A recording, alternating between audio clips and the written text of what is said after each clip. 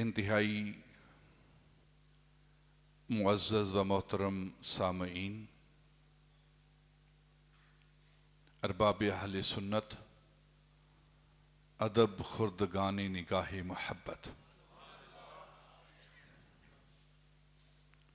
قرآن مجید برہان رشید سے چند کلمات طیبات بینات آپ کے سامنے تلاوت کیے گئے ہیں۔ گزشتہ جمعۃ المبارک میں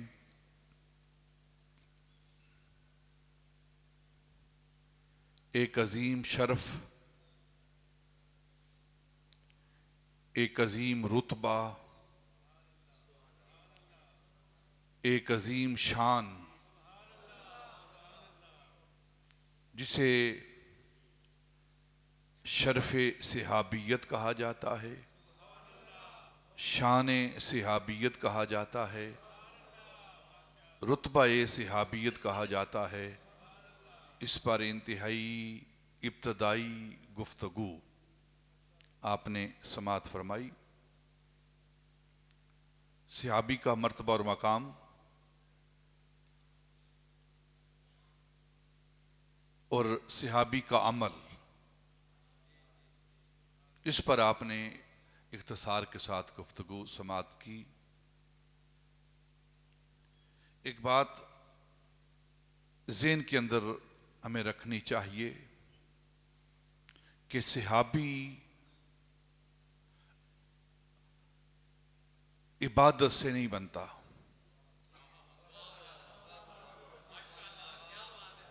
صحابی زیارت سے بنتا ہے۔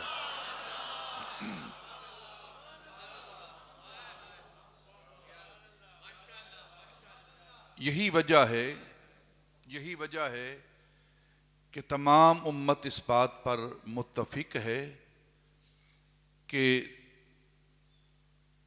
وقت کا غوث، قطب، ابدال، شب زندہ دار، تہجد گزار، دن کو روزے رکھنے والا، رات کو قیام کرنے والا، وہ سارے مرتبے، ساری ریاضتیں ہونے کے باوجود کسی صحابی کے قدموں کی خاک کے برابر بھی نہیں ہو۔ صحابی عبادت سے نہیں، زیارت سے بنتا ہے۔ اور 1,24,000 کم و بیش جتنے بھی صحابہ ہیں، ان سارے صحابہ میں جس نے سب سے زیادہ نبی پاک کی زیارت کی ہے، اسے ابو بکر صدیق کہتے ہیں۔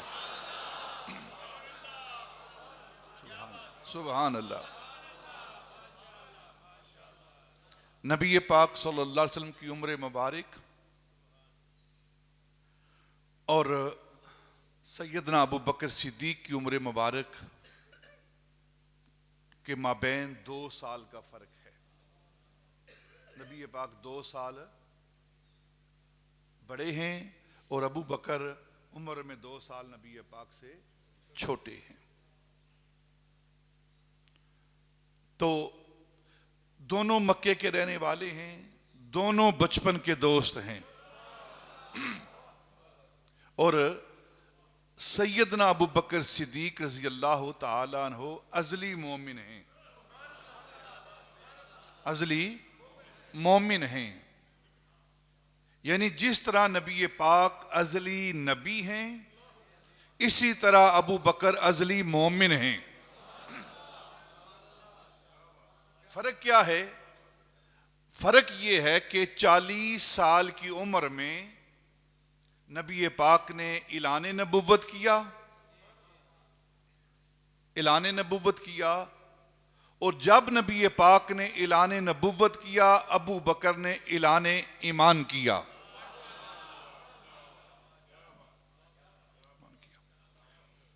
زمین کے اوپر تمام صحابہ عظمت والے، شان والے، مرتبے والے، بلندی والے، مقام والے، عزت والے، رفت والے، شان و شوکت والے اور ادب و احترام والے. لیکن زمین کے اوپر جس نے سب سے زیادہ نبی پاک صلی اللہ علیہ وسلم کے چہرہ بددحا کی زیارت کی ہے اسے ابو بکر صدیق کہتے ہیں.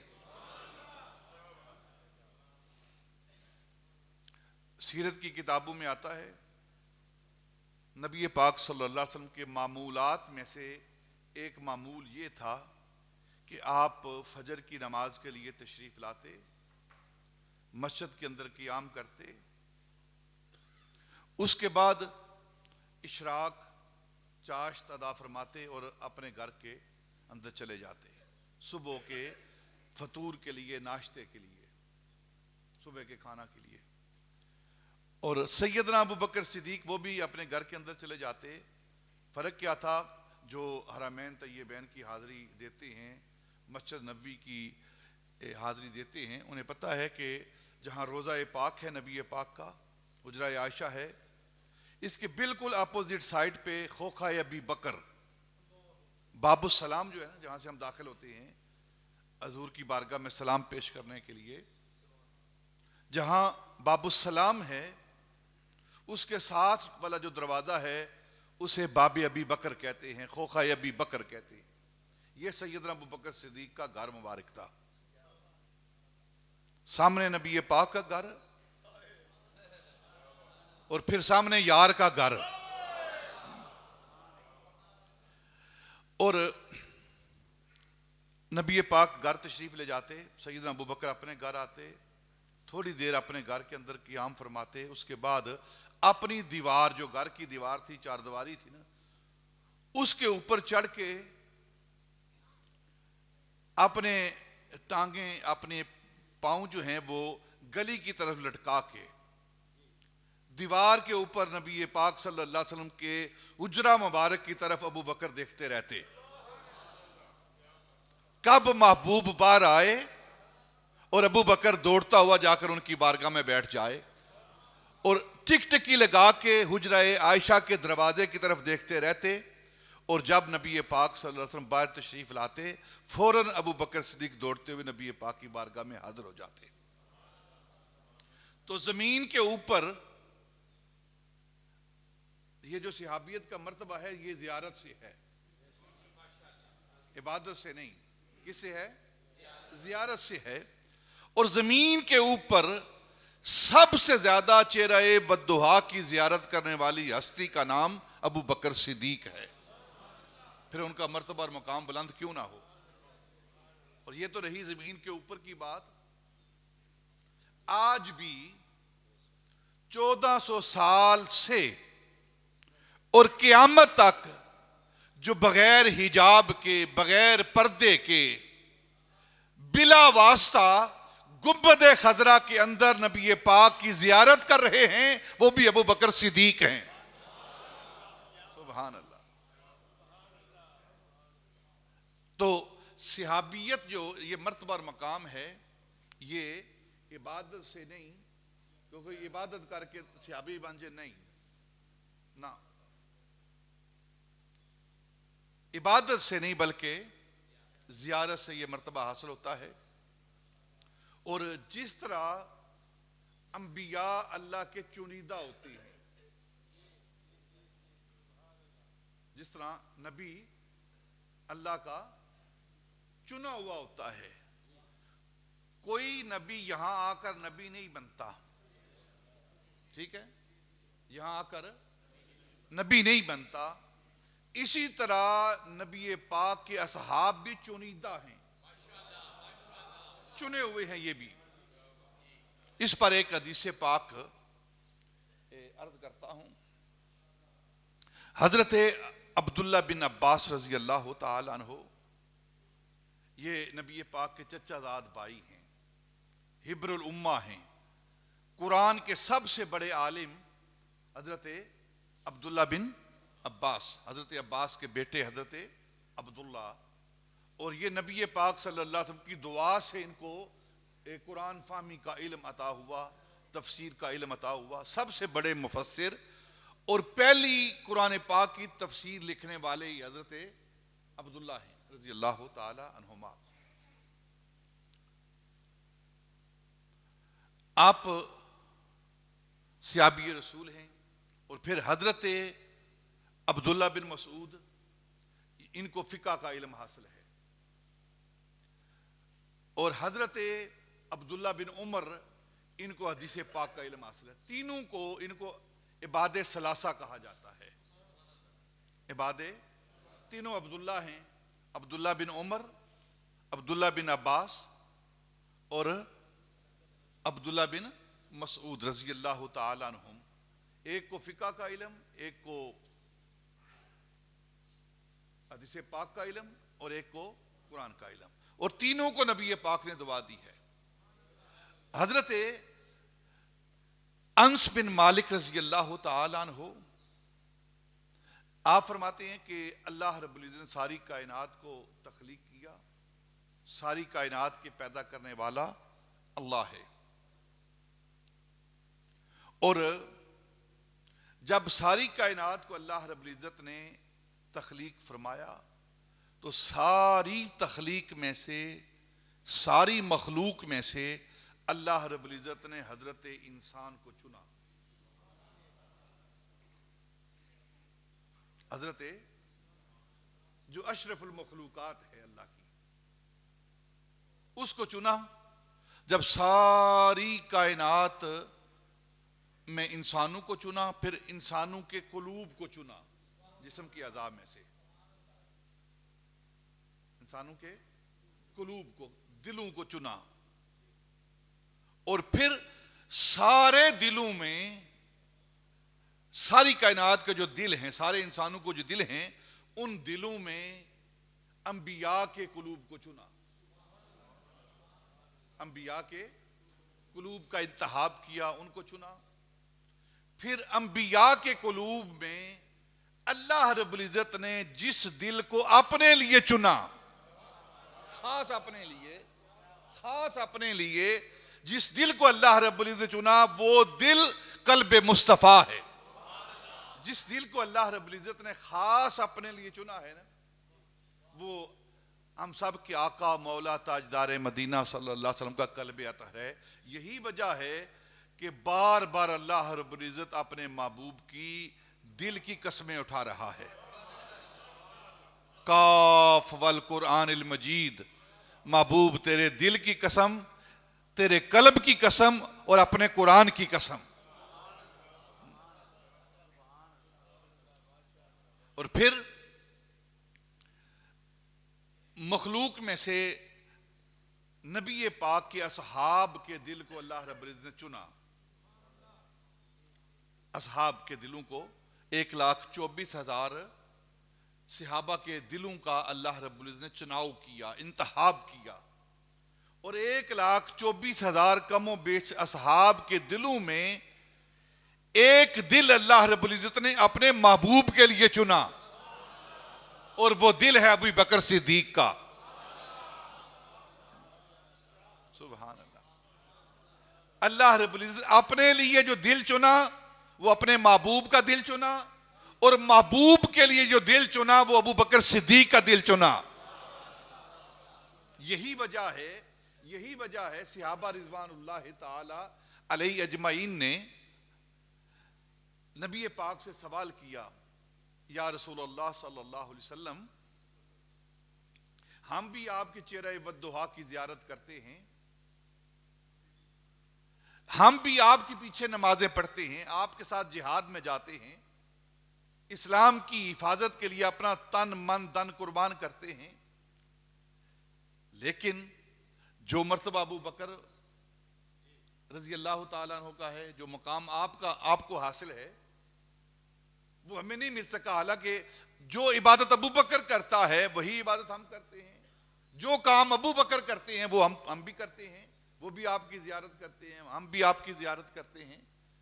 وہ بھی آپ کے پیچھے نماز پڑھتے ہیں، ہم بھی آپ کے پیچھے نماز پڑھتے ہیں. تو میرے آقا تاجدار مدینہ صلی اللہ علیہ وسلم نے فرمایا، میرے صحابہ، ابو بکر کو جو مرتبہ اور مقام ملا ہے وہ عبادت کی وجہ سے نہیں، ما فی قلب ہی، اس کے دل کے اندر جو میری محبت ہے اس وجہ سے یہ مرتبہ اور مقام ملا ہے، جو اس کے دل کے اندر ہے۔ تو گویا اللہ رب العزت نے اپنے لیے محبوب کا دل چنا اور محبوب کے لیے ابو بکر کا دل چنا۔ اس پر ایک اور حدیث پاک پیش کرتا ہوں۔ ایک مرتبہ نبی پاک صلی اللہ علیہ وسلم نے مجلس لگی ہوئی ہے، بیٹھے ہوئے ہیں، تو آپ نے فرمایا کسی ایک صحابی کی طرف اشارہ فرما کے کہ کیونکہ کثرت کے ساتھ وہ آپ کے پاس بیٹھتے تھے، بڑا مرتبہ ہے آپ کی بارگاہ میں بیٹھنا، تو آپ نے فرمایا نبی پاک نے کہ تھوڑا تھوڑا ناغہ بھی کیا کرو، تھوڑا تھوڑا ناغہ بھی کیا کرو، کبھی غیر حاضر بھی ہو جایا کرو۔ یہ آپ نے مطلق بات کی نبی پاک صلی اللہ علیہ وسلم نے۔ اب سارے صحابہ بیٹھے ہوئے ہیں اور سب سے زیادہ جو نبی پاک صلی اللہ علیہ وسلم کے رازدان اور نبی پاک صلی اللہ علیہ وسلم کے ہر اشارے کو سمجھنے والے ہیں وہ ابو بکر صدیق ہیں۔ آپ فرمایا کہ تھوڑی خلوت بھی لیا کرو، کبھی مجلس کو چھوڑ بھی دیا کرو، کبھی وقفہ بھی کیا کرو۔ کہا کسی اور کو تھا، سیدنا ابو بکر صدیق نے یہ بات سنی تو آپ اپنے جو محلہ تھا آپ کا وہاں چلے گئے۔ ایک نماز گزری، دو نمازیں گزری، تشریف نہ لائے، حاضر نہ ہوئے، 3 نمازیں گزر گئی، 4 نمازیں گزر گئی، 5 نمازیں گزر گئی، ابو بکر نہ آئے، اور نبی پاک ہر نماز کے بعد پوچھتے ابو بکر کہاں ہیں؟ ہر نماز کے بعد پوچھتے ابو بکر کہاں ہیں؟ حضور حاضر نہیں ہے، کہیں گئے ہوئے ہیں۔ اور دوسرے دن نبی پاک نے پیغام بھیجا کہ جاؤ ابو بکر کو لے کر آؤ۔ ابو بکر کو صحابہ لے کر آئے کہ نبی پاک تمہیں یاد کر رہے ہیں، بلا رہے ہیں، تو حاضر ہوئے۔ ابو بکر کہاں؟ یا رسول اللہ آپ نے فرمایا تھا تھوڑا وقفہ کیا کرو، تھوڑا وقفہ کیا کرو۔ فرمایا ابو بکر تمہیں کب کہا تھا؟ تمہیں کب کہا تھا؟ میں نے جس کو کہا تھا اس کو کہا تھا ابو بکر اگر تو میری مجلس میں نہیں ہوتا، میرے سامنے نہیں ہوتا، تو میں محمد اللہ کی عبادت بھی پوری طرح نہیں کر پاتا۔ یہ وہ ابو بکر صدیق رضی اللہ تعالیٰ عنہ ہیں، پوری طرح اللہ کی عبادت بھی نہیں کر پاتا جب تو میرے سامنے نہیں ہوتا۔ تو گویا ابو بکر کو دیکھ کر میرا مصطفیٰ تسکین حاصل کرتا ہے۔ تو اللہ رب العزت نے اپنے لیے محبوب کا دل اور محبوب کے لیے سیدنا ابو بکر صدیق کا دل چنا ہے، انتخاب کیا ہے۔ اسی لیے تمام امت اس بات پر متفق ہے، تمام صحابہ رضوان اللہ تعالی علیہم اجمعین، تمام محدثین، تمام مفسرین، تمام اولیاء اور جو مسلک حق رکھنے والے ہیں، ناجی جماعت ہے، ان سب کا یہ عقیدہ ہے کہ انبیاء کے بعد اس کائنات کے اندر جس ہستی کا مرتبہ اور مقام ہے وہ سیدنا ابو بکر صدیق ہے۔ اس لیے ہم کہتے ہیں افضل البشر بعد الانبیاء، افضل الخلق بعد الانبیاء، وہ ابو بکر صدیق ہیں۔ نبی پاک کے بعد، انبیاء کے بعد جس کا مرتبہ اور مقام ہے وہ ہستی سیدنا ابو بکر صدیق ہے۔ یہ عقیدہ ہے اہل سنت کا، یہ اہل سنت کا عقیدہ ہے۔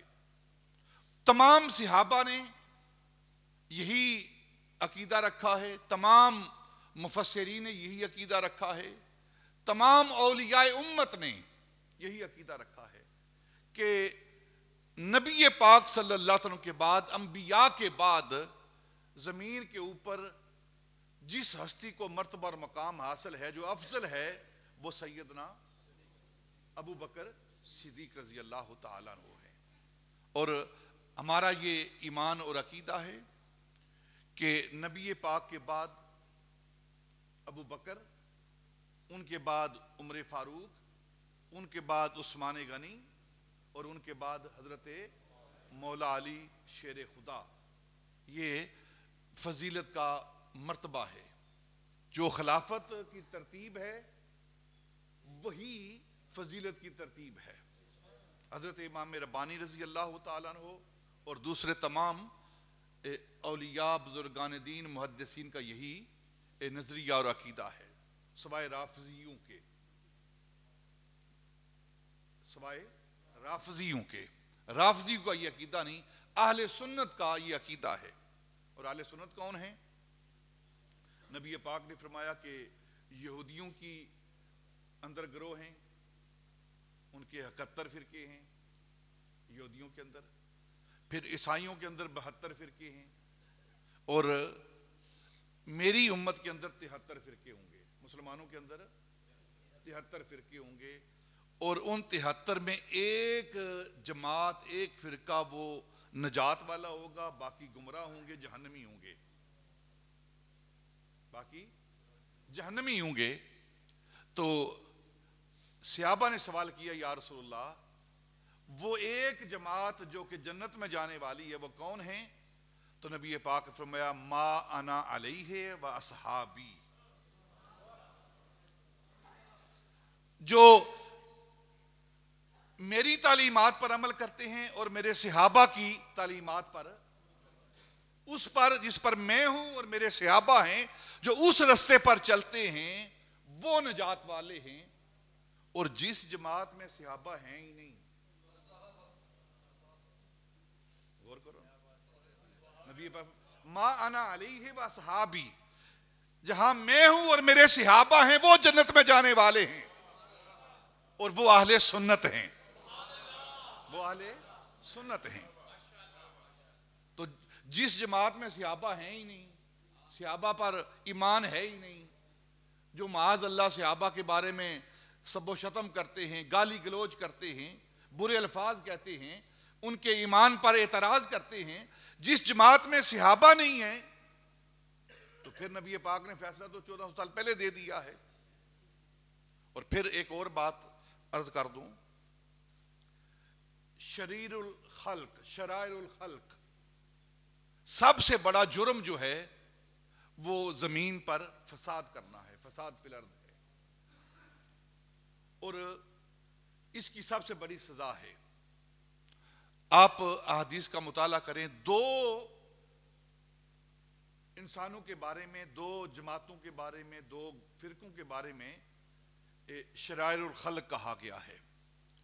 ایک وہ جماعت، وہ لوگ جو بتوں کے بارے میں قرآن کی آیات آئی ہیں، بتوں کے حوالے سے جو آیات قرآن کے اندر نازل ہوئی ہیں بتوں کے حوالے سے، کہ بت سنتے نہیں ہیں، بتوں کے اندر قوت نہیں ہے، بتوں کے اندر فلاں چیز نہیں ہے، جو آیات قرآن پاک کی بتوں کے حوالے سے آئی ہیں، اور وہ لوگ ان بتوں والی آیات کو انبیاء اور اللہ کے ولیوں پر چسپاں کرتے ہیں، اللہ کے ولیوں پر چسپاں کرتے ہیں، اللہ کے نبیوں پر۔ نبی جانتا کچھ نہیں ہے، اس کے اندر طاقت کوئی نہیں ہے، وہ کچھ بھی نہیں کر سکتا، وہ سنتا نہیں ہے۔ یہ نظریہ، یہ شرائر الخلق کا نظریہ ہے، جو کائنات کے اندر، اللہ کی مخلوق کے اندر سب سے زیادہ شرارتی شخص ہے، شرارتی جماعت ہے، یہ ان کا نظریہ ہے ایک۔ اور دوسرے شرائر الخلق کون ہیں؟ وہ آیات قرآن پاک کی جو منافقین کے بارے میں نازل ہوئی ہیں، منافقین کے بارے میں نازل ہوئی ہیں، ان آیات کو جو منافقین کے بارے میں نازل ہوئی ہیں، ان آیات کو صحابہ رضوان اللہ تعالی علیہم اجمعین پر چسپاں کرتے ہیں، منطبق کرتے ہیں۔ تو یہ شرائر الخلق ہے۔ آگے فیصلہ آپ نے کرنا ہے کہ اولیاء کے خلاف کون بولتا ہے، انبیاء کی شان کے اندر نقص کون بیان کرتا ہے، کثر شان کون بیان کرتا ہے، اور پھر صحابہ رضوان اللہ تعالی علی مجمعین کو منافق کون کہتا ہے، اور وہ آیات منافق والی وہ ان پر چسپاں کون کرتا ہے؟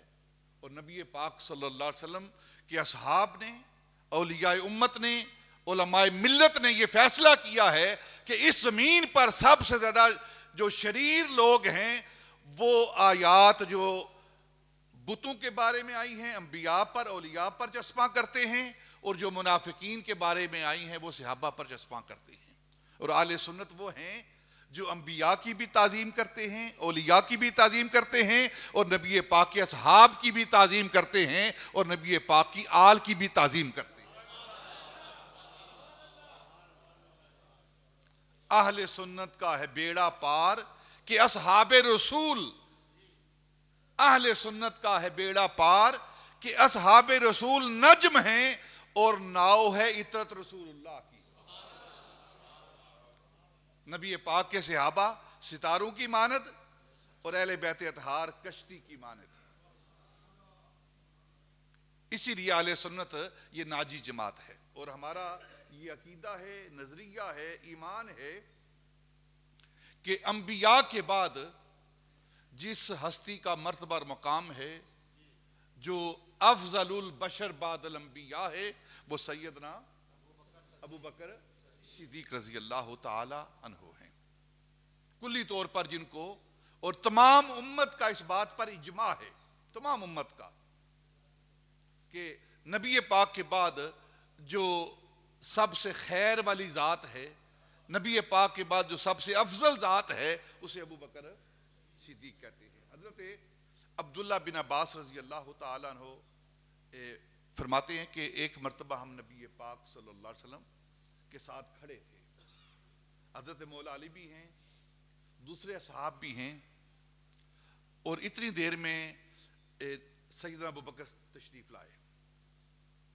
نبی پاک صلی اللہ علیہ وسلم کے ساتھ سیدنا ابو بکر نے آ کر مصافحہ کیا، پھر معانقہ کیا، دونوں گلے لگے۔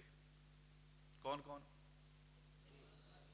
ابو بکر اور نبی پاک، دونوں نے معانقہ کیا، مصافحہ کیا، معانقہ کیا، اور پھر نبی پاک صلی اللہ علیہ وسلم نے ابو بکر کے چہرے پہ آپ کے منہ مبارک پر بوسہ دیا، چوما نبی پاک نے۔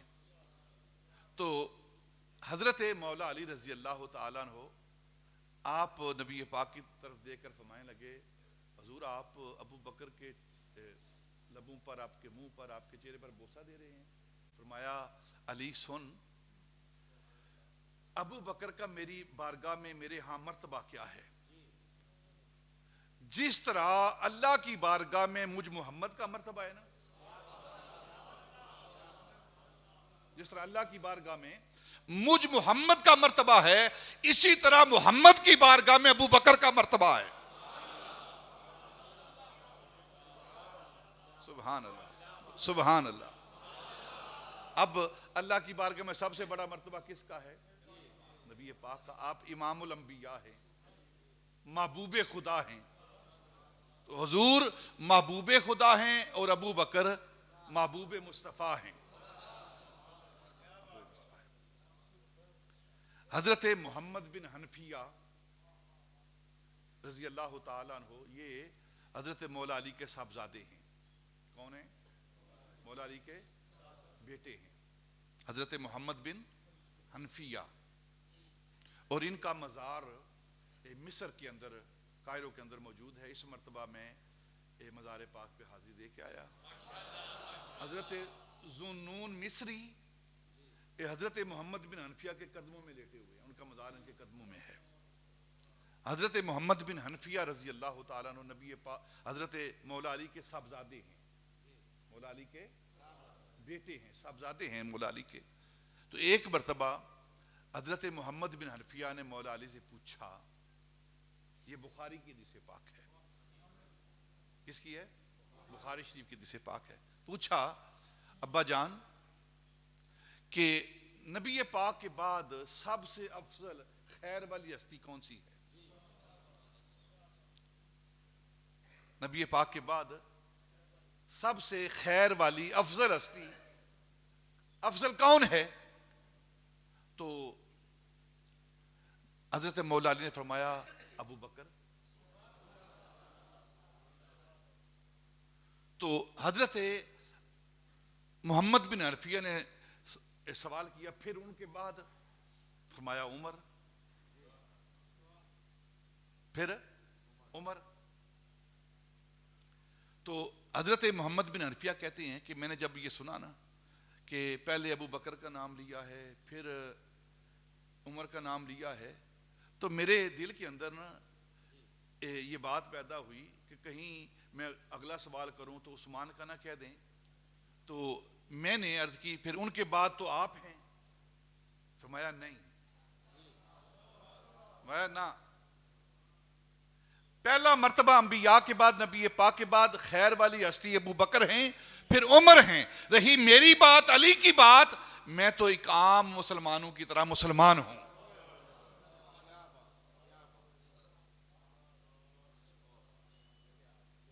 حضرت مولا علی نے خود فیصلہ کر دیا ہے. اب اگر کوئی مولا علی کے ساتھ محبت کا دعویٰ کرے ان کی بات نہ مانے آپ نے اور پھر اگر آپ تاریخ کی سیرت کی کتابوں کا مطالعہ کریں حضرت مولا علی رضی اللہ تعالیٰ عنہ کوفہ کے منبر پر بیٹھ کر جب آپ کی خلافت کا دور چل رہا تھا حضرت امام ذہبی کو پڑھیں سیر اعلام النبلاء آپ لکھتے ہیں حضرت امام ذہبی کے مولا علی رضی اللہ تعالیٰ عنہ اپنے دور خلافت کے اندر کوفہ جو آپ کا دار الخلافہ تھا وہاں منبر پر بیٹھ کر یہ اعلان کیا کرتے تھے کہ لوگوں سن لو انبیاء کے بعد نبی پاک کے بعد جو افضل اور خیر والی ہستی ہے اسے ابو بکر صدیق کہتے ہیں اور ان کے بعد پھر عمر فاروق ہیں. یہ منبر پر بیٹھ کر کوفہ کے دار الخلافہ کے اندر اپنے منبر پر بیٹھ کر حضرت مولا علی رضی اللہ تعالیٰ عنہ یہ فرمایا کرتے تھے، اعلان کیا کرتے تھے. حضرت امام ذہبی اور دوسرے محدثین کو آپ پڑھیں اور پھر فرماتے ہیں حضرت امام ذہبی کہ یہ بات حضرت مولا علی سے تواتر کے ساتھ ثابت ہے کہ آپ فرمایا کرتے تھے کہ نبی پاک کے بعد جو خیر والی جو افضل ہستی ہے وہ ابو بکر عمر ہیں عثمان ہیں. یہ خیر یہ تواتر کے ساتھ آپ بیان کیا کرتے تھے. اور پھر حضرت امام ذہبی کہتے ہیں کہ اللہ کی لعنت ہو رافضیوں پر اور ان کی جہالت پر جو مولا علی کی بات کو بھی نہیں مانتے. اور پھر یہی مولا علی رضی اللہ تعالیٰ عنہ پہلے بیٹا گواہی دے رہا ہے پھر باپ بھی اب گواہی دے رہا ہے.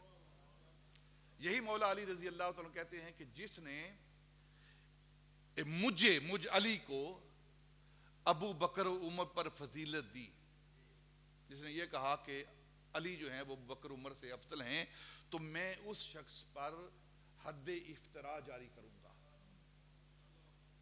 حد افتراء 80 کوڑے اسے ماروں گا، حد افتراء جاری کروں گا. یہ مولا علی کہتے ہیں. خود نبی پاک صلی اللہ علیہ وسلم حضرت مولا علی کہتے ہیں ایک مرتبہ میں نبی پاک اپنے آقا مولا کے پاس بیٹھا ہوا ہوں تو نبی پاک نے فرمایا اے علی 3 بار میں نے اللہ کی بارگاہ میں تیرے بارے میں یہ سوال کیا، درخواست پیش کی کہ علی کو امامت کے لیے آگے کیا جائے. 3 بار میں نے اللہ کی بارگاہ میں یہ درخواست پیش کی کہ علی کو امامت کے لیے آگے کیا جائے. تو حضرت مولا علی خود کہتے ہیں کہ نبی پاک فرمایا کہ 3 بار اللہ کی بارگاہ میں جواب آیا کہ علی نہیں ابو بکر. ابو بکر ابو بکر. اور میرے آقا نے فرمایا کہ ابو بکر کے ہوتے ہوئے کسی کا حق ہی نہیں بنتا کہ وہ مصلی رسول پر کھڑا ہو جائے. علی کے ابو بکر کے ہوتے ہوئے کسی کا حق ہی نہیں بنتا. یہی وجہ ہے جب آپ کا نبی پاک صلی اللہ علیہ وسلم کا آپ کے تکلیف کے ایام تھے، بیماری کے ایام تھے، تو اس وقت جب آپ اپنے حجرہ مبارک کے اندر موجود تھے تو سیدہ طیبہ طاہرہ سیدہ عائشہ صدیقہ رضی اللہ تعالی عنہا کے گود میں نبی پاک نے سر رکھا ہوا تھا، نماز کا وقت ہوا تو بار بار آپ پر غشی کے دورے پڑتے تھے، استغراق کی کیفیت تھی. تو جب ہوش آتی نماز کے لیے کہا جاتا تو آپ نے فرمایا، بخاری کے حدیث پاک ہے، مرو ابا بکر فلیصلی بالناس، ابو بکر کو حکم دے وہ مصلی رسول پر کھڑے ہو کر نماز پڑھائے. سیدہ عائشہ صدیقہ رضی اللہ تعالیٰ عنہ کہتی ہیں میں نے نبی پاک کی بارگاہ میں عرض کی، کیونکہ سر گود مبارک میں تھا، تو میں نے عرض کی آقا حضور میں اپنے باپ کو جانتی ہوں، بڑے رقیق القلب ہیں، وہ برداشت نہیں کر پائیں گے، جب آپ کو آپ کے مسئلے پر نہیں دیکھیں گے نا تو وہ برداشت نہیں کر پائیں گے، وہ نماز نہیں پڑھا پائیں گے، تو آپ کسی اور کو حکم دیجئے وہ مصلی رسول پر کھڑا ہو کر نماز پڑھا دے. تو یہ بات سیدہ عائشہ نبی پاک سے کر رہی ہیں، نبی پاک کی آنکھیں بند، پھر استغراق کی کیفیت، پھر آنکھیں کھولی، فرمایا مرو ابا بکر فلیصلی بالناس. سیدہ عائشہ نے پھر یہی جملے دہرائے، میں اپنے والد کو اپنے باپ کو جانتی ہوں، بڑے رقیق القلب ہیں، بڑے نرم دل والے ہیں، وہ برداشت نہیں کر پائیں گے جو آپ کے ساتھ محبت کا معاملہ ہے، تو آپ کسی اور کو حکم دیجئے. پھر آنکھیں بند ہوئیں، پھر آنکھیں کھلی تو فرمایا مرو ابا بکر فلیصلی بالناس، ابو بکر کو حکم دے وہ لوگوں کو نماز پڑھائے. تو جب تیسری بار ہوئی نا سیدہ عائشہ نے کہا تو نبی پاک فرمایا عائشہ میں نے تیرے کہنے پر 3 بار اللہ کی بارگاہ میں درخواست کی کہ یا اللہ میری عائشہ کہتی ہے ابو بکر کے سوا کسی اور کو کھڑا کیا جائے، تو اللہ اس بات پر راضی نہیں ہوا، اللہ اس بات پر راضی نہیں ہوا. حضرت حفصہ بنت عمر رضی اللہ تعالیٰ عنہ جو ام المومنین ہیں، نبی پاک کی زوجہ ہیں اور حضرت عمر فاروق رضی اللہ تعالیٰ عنہ کی بیٹی ہیں، انہوں نے نبی پاک سے سوال کیا کہ کیا آپ نے ابو بکر کو مصلی پہ کھڑا کیا ہے، آگے کیا ہے؟ تو نبی پاک فرمایا نہیں، مجھ محمد نے آگے نہیں کیا بلکہ اللہ نے آگے کیا، اللہ نے آگے ان کو مصلی رسول پر کھڑا کیا ہے. اور نبی پاک فرمایا کسی کو حق ہی نہیں پہنچتا کہ جس جماعت کے اندر جس مقام پر ابو بکر ہو اور ابو بکر کے ہوتے ہوئے کوئی دوسرا مصلی رسول پر کھڑا ہو جائے. یہ وہ مرتبہ اور مقام ہے جو نبی پاک صلی اللہ علیہ وسلم نے حضرت ابو بکر کو عطا کیا ہے. حدیث پاک ہے ایک، نبی پاک نے فرمایا کہ کل قیامت کے روز میدان حشر میں 120 صفیں ہوں گی، حشر میں 120 صفیں ہوں گی، 120 صفیں. اور نبی پاک نے فرمایا کہ 40 صفیں جو ہیں، 40 صفیں وہ تمام امتوں کی ہوں گی، آدم علیہ السلام سے لے کر عیسیٰ علیہ السلام تک جتنی بھی امتیں گزری ہیں ان سب کی صفوں کی تعداد 40 ہوگی. باقی کتنی بچی؟ 80. اور 80 صفیں جو ہے وہ میری امت کی ہوں گی، 80 صفیں میری امت کی ہوں گی. اور یہ حدیث پاک حدیث کی ساری کتابوں کے اندر موجود ہے کہ میدان حشر میں 120 صفیں ہوں گی اور 80 صفیں جو ہے میری امت کی ہوں گی. حضرت خواجہ محمد پارسا سلسلہ عالیہ نقشبندیہ کے بہت بڑے شیخ بزرگ ہوئے ہیں، اور ایک بات ذہن کے اندر رکھیں کہ جتنے بھی اولیاء اللہ ہوئے ہیں یہ عالم ہوئے ہیں، علم والے ہوئے ہیں. جاہل ولی نہیں ہوتا، جاہل ولی نہیں ہوتا جس کو شریعت کا علم ہی نہیں، قرآن کا علم ہی نہیں، نبی پاک صلی اللہ علیہ وسلم کی حدیث کا علم ہی نہیں، آپ کی سنت کا علم ہی نہیں، اور نہ اپنی زندگی نبی پاک کی تعلیم کے مطابق گزارتا ہے، وہ اللہ کا ولی نہیں ہے. کوئی جاہل اللہ کا ولی نہیں ہوتا. جتنے بھی ولی ہوں گے داتا پاک کو پڑھ لیں، یہ درس نظامی کے حافظ ہیں، مجدد پاک کو پڑھ لیں، درس نظامی پڑھانے والے ہیں. یہ سارے اولیاء عالم ہوئے ہیں. اور پھر حضرت امام شافعی کہتے ہیں کہ ان کے مزار پر بھی اس مرتبہ حاضر ہوا ہوں میں. حضرت امام شافعی رضی اللہ تعالیٰ عنہ مصر کے اندر آپ فرماتے ہیں اگر دین کا عالم جسے عالم ربانی کہتے ہیں. ہر عالم کی بات نہیں ہو رہی یہاں. جس کا عقیدہ ہی درست نہیں, جس کا اپنی سمجھ درست نہیں, وہ دوسروں کی سمجھ درست کیا کرے گا. جو عالم ربانی ہیں, جو اہل سنت کے علماء ہیں, حضرت امام شافعی کہتے ہیں اگر عالم جو ہے دین کا عالم وہ ولی نہیں تو پھر ولی ہے ہی کوئی نہیں, پھر ولی ہے ہی کوئی نہیں. تو حضرت خواجہ محمد پارسا سلسلہ عالیہ نقشبندیہ کے بہت بڑے شیخ, بہت بڑے امام, بہت بڑے عالم, آپ فرماتے ہیں میں نے نبی پاک کی حدیث پاک کا مطالعہ کیا, اس کو پڑھا, میری نظروں سے یہ حدیث پاک گزری, تو کہتے ہیں کہ میں نے کتاب بند کر کے نا پھر 7 آنکھیں بھی بند کر لی کہ دیکھوں تو صحیح وہ منظر کیا ہے. تو نبی پاک بیان کر رہے ہیں کہ 120 صفحے ہوں گی. تو کہتے ہیں کہ میں نے حالت واقعہ میں جاگتے ہوئے, آنکھیں بند ہیں, حالت واقعہ کہتے ہیں اسے, ایک حالت نوم ہوتی ہے, ایک حالت واقعہ ہوتی ہے. تو حالت واقعہ میں دیکھ رہا ہوں, آنکھیں بند ہیں, تو کیا دیکھتا ہوں کہ میدان حشر میرے سامنے ہے اور وہ 120 صفحیں وہاں لگی ہوئی ہیں. تو فرماتے ہیں میں نے دیکھا کہ ان 120 صفوں کے آگے 3 صفحے اور ہیں. 120 صفوں کے آگے 3 صفحے اور ہیں. تو کہتے ہیں میں نے تأمل کیا, غور کیا کہ یہ 3 صفحے کون سی ہیں. تو کہتے ہیں مجھ پر آشکار کیا گیا, واضح کیا گیا کہ یہ جو 3 صفحے آگے ہیں ان لوگوں سے, یہ 3 صفحے انبیاء کی صفحے ہیں, یہ نبیوں کی صفحے ہیں. 120 صفوں کے آگے 3 صفحے یہ انبیاء کی صفحے ہیں. تو کہتے ہیں کہ جب میں آگے بڑھا 3 صفوں کو دیکھنے کے لیے, یہ انبیاء کی صفحے ہیں, تو میں نے دیکھا ان 3 صفوں کے آگے ایک مصلی پڑا ہوا ہے اور اس مصلی پر ایک امام کھڑا ہے. اور جب میں نے دیکھا تو وہ امام الانبیاء ہمارے آقا مولا ہیں.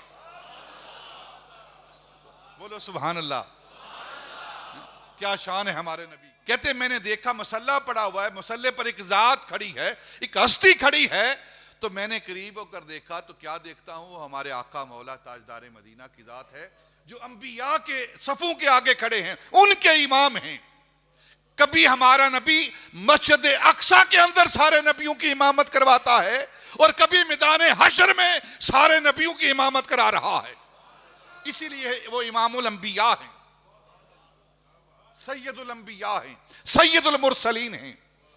اور کہتے ہیں کہ جب وہ 3 صفحیں پہلی جو کھڑی تھی ان کے پیچھے دیکھا تو ایک اور مصلی پڑا ہوا ہے. 120 صفوں کے آگے, 120 صفوں کے آگے ایک مصلی پڑا ہے اور 3 صفوں کے پیچھے وہ مصلی پڑا ہے. تو میں نے قریب ہو کر دیکھا تو کیا دیکھتا ہوں, 120 صفوں کے آگے جو مصلی پڑا ہے اس پر جو ہستی کھڑی ہے وہ ابوبکر صدیق ہیں.